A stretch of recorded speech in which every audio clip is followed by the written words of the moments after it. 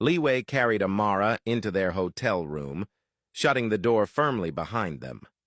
He sat her gently on the bed, and as she tried to get up, his gaze held her in place, telling her not to move. Slowly, he removed her shoes, looking at her with a mixture of concern and amusement as he asked why she would climb onto the table wearing heels. Amara giggled, clearly drunk, replying that it was fun. Liwei lifted her effortlessly from the bed and walked with her to the bathroom. He unzipped her dress slowly, his eyes steady on hers, and asked her to lift her arms. She complied, swaying slightly but obediently, as he helped her remove the dress. He then wrapped her in a towel, setting her gently by the sink counter and grabbed some wipes to remove her makeup. Amara giggled, reaching out to him, asking him to tell her he loved her. Liwei continued wiping her face, his voice calm but firm, telling her she was drunk. She insisted, her voice playful, and finally he looked at her, gaze steady, and said he loved her.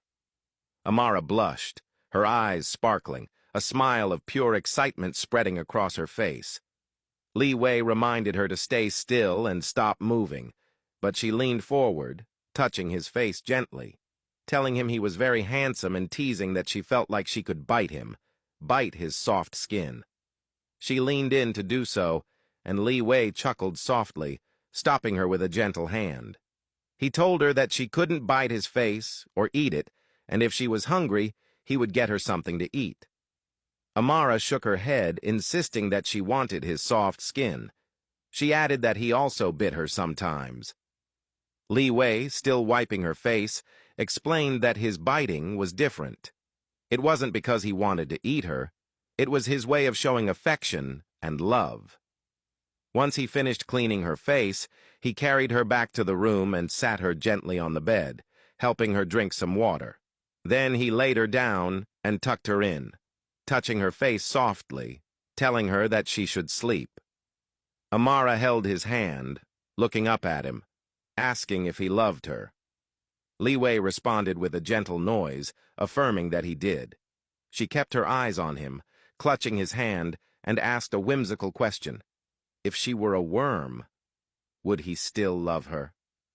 Liwei looked at her, amused, asking what sort of question that was, reminding her that she was clearly not a worm and would never be one. But Amara insisted, asking again if she suddenly woke up as a worm, would he still love her? Liwei laughed softly, charmed by her cute and ridiculous question. But Amara, growing slightly upset, asked if that meant he wouldn't love her if she were a worm.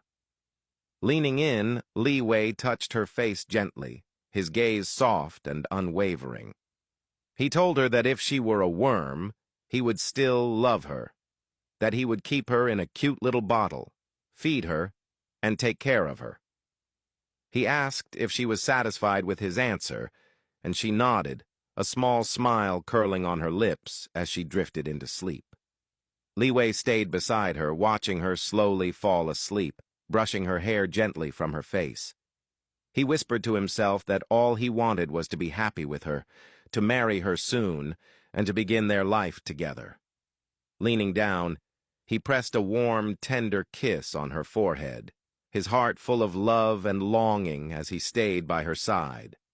Meanwhile, after Ming had tucked Momo into bed, he quietly walked out of the room, leaving her to rest. The room was calm for a moment, but then Momo's eyes fluttered open. She mumbled softly, her words slurred and her head still spinning from the effects of the alcohol. She realized she wanted water. Slowly, she pushed herself up from the bed, swaying slightly as she moved, her movements unsteady but determined. Her steps took her outside the room, guided by instinct, until she found a water station. She grabbed a bottle, twisting the cap with a bit of effort, and brought it to her lips. She drank deeply, the cool water soothing her parched throat. Her eyes closed as she savored it, completely unaware of her surroundings. Once satisfied, she turned and began to walk back to her room, still half dazed, her mind foggy with sleep and lingering intoxication.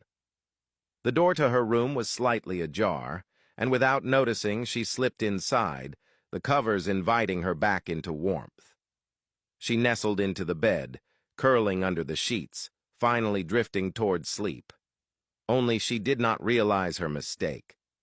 The room she had entered was not her own, the bed not hers. As she succumbed to slumber, oblivious to the mix-up, the person fast asleep beside her was Kai.